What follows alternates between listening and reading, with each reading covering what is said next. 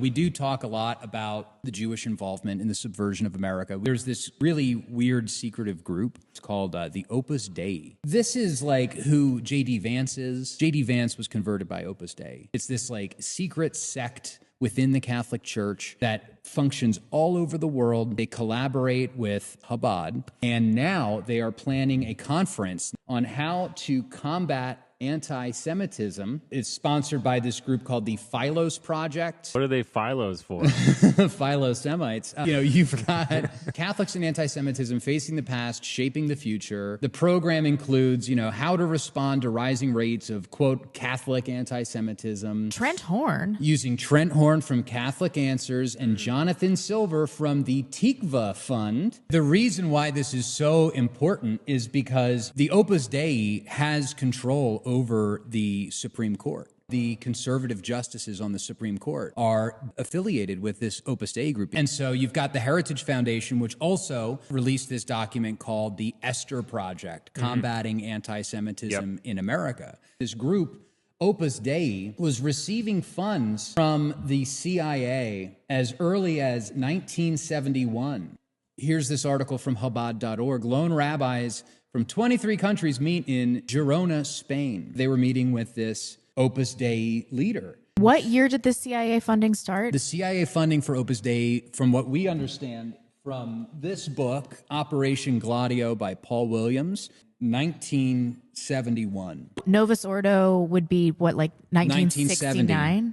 So this is why. Is this why? Perfectly coincides Vatican II, with Vatican 1965. II. Yeah. You can see there was something called the Doctrinal Warfare Department at the CIA, where they actually sent people into the Vatican for Vatican II and attempted to change church teaching. This is from the January 25th, 1966 Look magazine. Here is what I'll hold up. It is How the Jews Changed Catholic Thinking.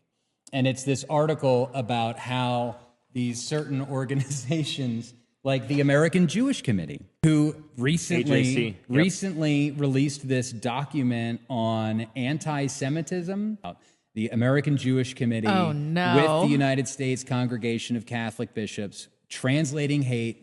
Stopping anti-Semitism starts with understanding it. And it gives this whole program of what the Opus Dei is attempting to do in the Catholic Church to squash the real right-wing reactionary movement that has been happening. That's the goal. So Cameron asked, what is the goal? That is the goal. Yeah. That's their real goal. And that's been their goal for, like you were talking about, how you read this article. This is just Project Esther. Yes. Yeah, that's it.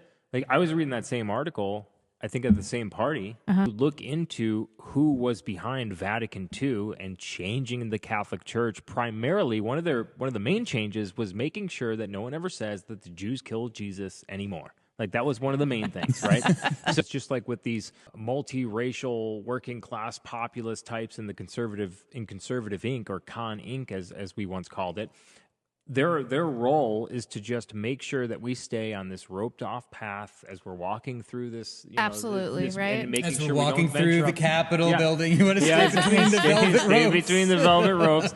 Make sure we don't go off. And I think that they view Catholics as their biggest threat if we're looking at this from a religious point of view. Right. They have already controlled the Protestants. The Protestants are they're far gone.